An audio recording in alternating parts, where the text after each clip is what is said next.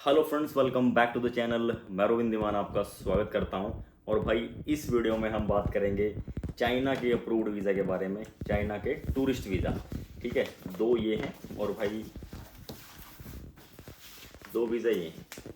तो मतलब चाइना का टूरिस्ट वीज़ा और स्टिकर वीज़ा, इसके बारे में हम बात करेंगे इस वीडियो में। और चाइना का वीज़ा अगर आपको चाहिए तो उसका पूरा प्रोसेस मैं आपको बता रहा हूँ इस वीडियो में।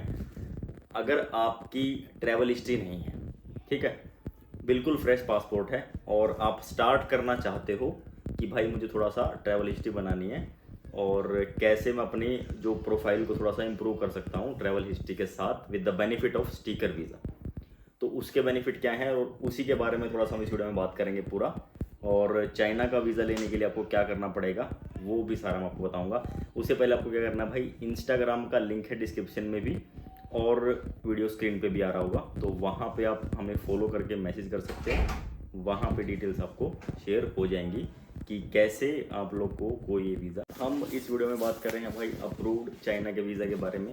तो चाइना का स्टिकर वीज़ा, टूरिस्ट वीज़ा आपको कैसे मिलेगा, तो उसके बारे में हम बात कर रहे हैं इस वीडियो में। तो भाई बात करते हैं कि चाइना का टूरिस्ट वीज़ा के लिए क्या क्या डॉक्यूमेंट्स आपको चाहिए। ठीक है, देखो टूरिस्ट वीज़ा के लिए भाई ऑलमोस्ट हर एक कंट्री का ये प्रोसेस रहता है कि आपको कुछ लिमिटेड डॉक्यूमेंट्स हैं, जैसे कि आपकी आईटीआर, आपका बैंक स्टेटमेंट और आपका बिजनेस प्रूफ। तो ये हर एक कंट्री, कोई भी कंट्री है उसमें ये डॉक्यूमेंट्स की रिक्वायरमेंट रहती है और आपको चाहिए होते हैं कि भाई इतने डॉक्यूमेंट्स आपको देने ही पड़ेंगे। अपार्ट फ्रॉम दैट कोई एडिशनल डॉक्यूमेंट होते हैं वो भी लगते हैं। लेकिन चाइना का अगर टूरिस्ट वीज़ा आपको लेना, जैसे अभी अभी मैं आपको दिखाऊँ एक वीज़ा, ये एक छोटी सी बच्ची का है, यानी कि वो 2 साल की गुड़िया थी, उसका था वो ये वाला। तो इसमें अब इनका तो कोई डॉक्यूमेंट है नहीं, ठीक है, तो स्पॉन्सर्ड में फाइल हो जाती है। जैसे बच्चे का अगर लगाना है तो पेरेंट्स की फाइल, उसमें डॉक्यूमेंट्स लग जाते हैं, स्पॉन्सर्ड में वो हो जाता है ऐसे ही। तो इसके लिए आपको डॉक्यूमेंट क्या है, इसके लिए टूरिस्ट वीज़ा के लिए आपको सिर्फ और सिर्फ, और कंट्री में तो बहुत सारे डॉक्यूमेंट लगते हैं, जैसे मैंने बताया कि भाई bank statement, ITR, business proof और भी जैसे कोई डॉक्यूमेंट्स होता है आपका एडिशनल, ट्रैवल हिस्ट्री वगैरह, कहाँ कहाँ आपने ट्रैवल किया है, फाइनेंशियल डॉक्यूमेंट, सारी चीज़ें देखी जाती हैं। तो इसमें ऐसा इतना जो कॉम्प्लिकेटेड नहीं है, इसमें आपको सिर्फ और सिर्फ 6 मंथ की बैंक स्टेटमेंट देनी है, वो भी स्टैम्प और साइन करवा के। ठीक है, अब काफ़ी सारी कंट्रीज़ में जैसे शेनिगन यूके में क्या रहता है कि आपकी स्टेटमेंट मेंटेन रहनी चाहिए, यानी कि भाई आपका जो बैलेंस है प्रॉपर तरीके से मेंटेन रहना चाहिए।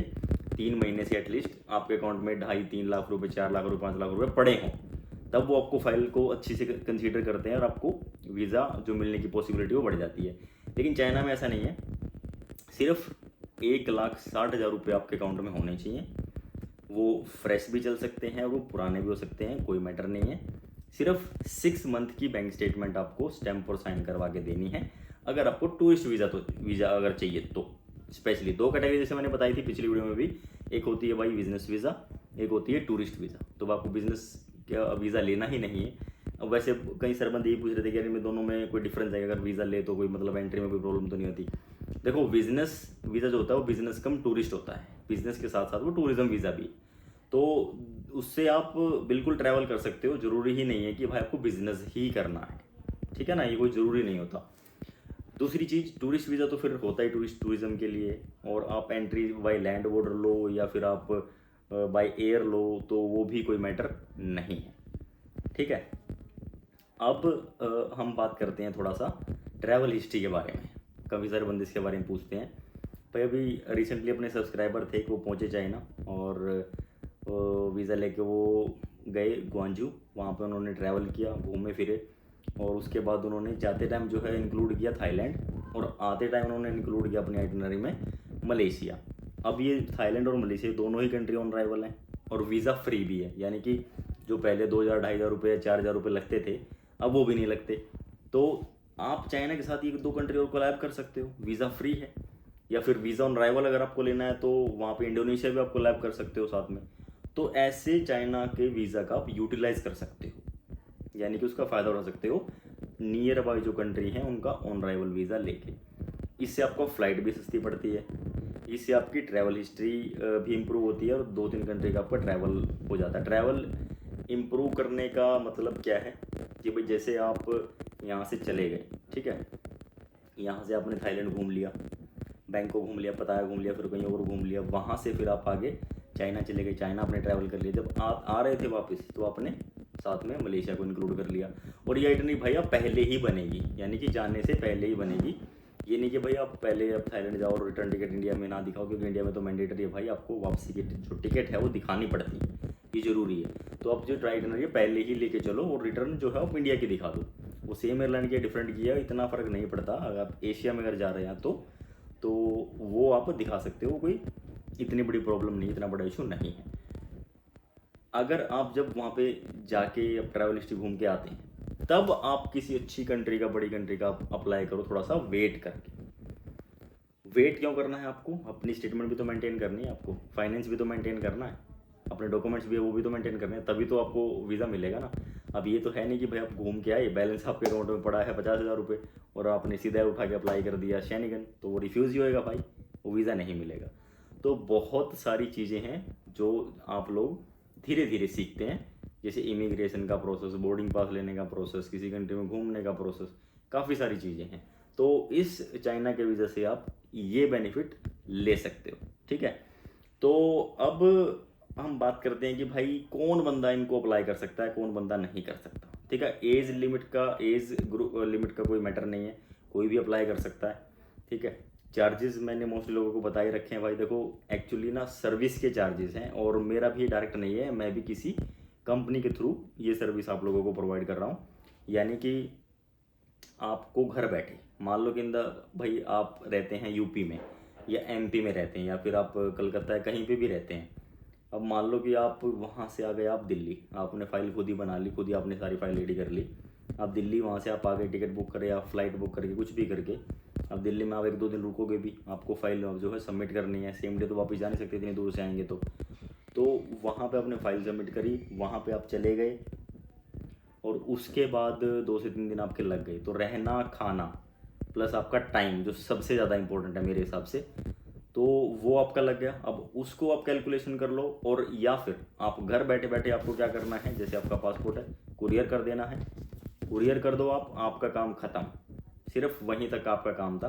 उसके बाद जो हमारा प्रोसेस स्टार्ट हो जाता है, हमारा काम स्टार्ट हो जाता है वहाँ पे जो अब आपकी फ़ाइल आ गई, इसको पासपोर्ट की तो फ़ाइल रेडी करनी होती है। फ़ाइल रेडी करने का आपको कोई टेंशन नहीं है, आपको वीएफएस जाने की कोई टेंशन नहीं है, ना आने की कोई टेंशन है।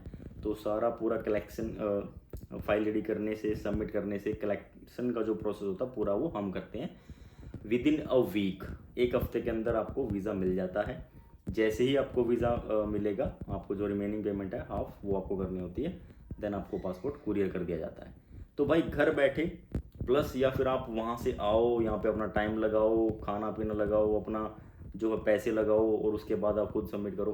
तो मेरे हिसाब से प्लस अगर उसमें हो सकता है कि भाई कुछ कमी है हो जाए आपकी फ़ाइल में, अगर एक्सपर्ट से नहीं कराते हैं तो की मैं बात कर रहा हूँ, और हो सकता है कि वो रिफ्यूज़ भी हो जाए। तो इन सारी चीज़ों से बचने के लिए आप एक चीज़ कर सकते हैं, आप घर बैठे जैसे ऑर्डर बुक करते हैं ना, तो इस तरीके से घर बैठे आप ये वीज़ा ले सकते हो।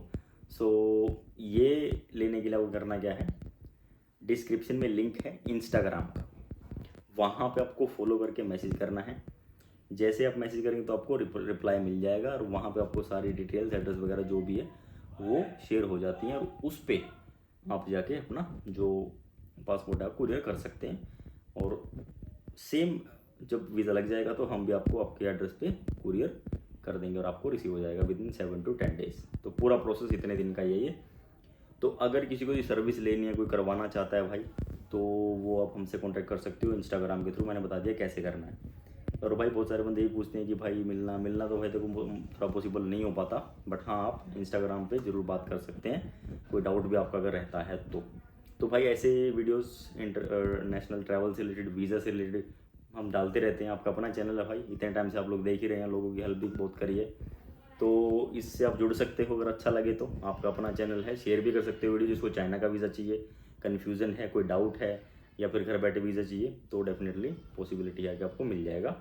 और आप लोगों के कोई भी डाउट है तो भाई इंस्टाग्राम पे आप मैसेज कर सकते हैं। तो इस वीडियो को भाई आप शेयर कर देना। बाकी मिलेंगे आपसे नेक्स्ट वीडियो में। Till then take care, bye bye, thank you so much for watching, have a great day.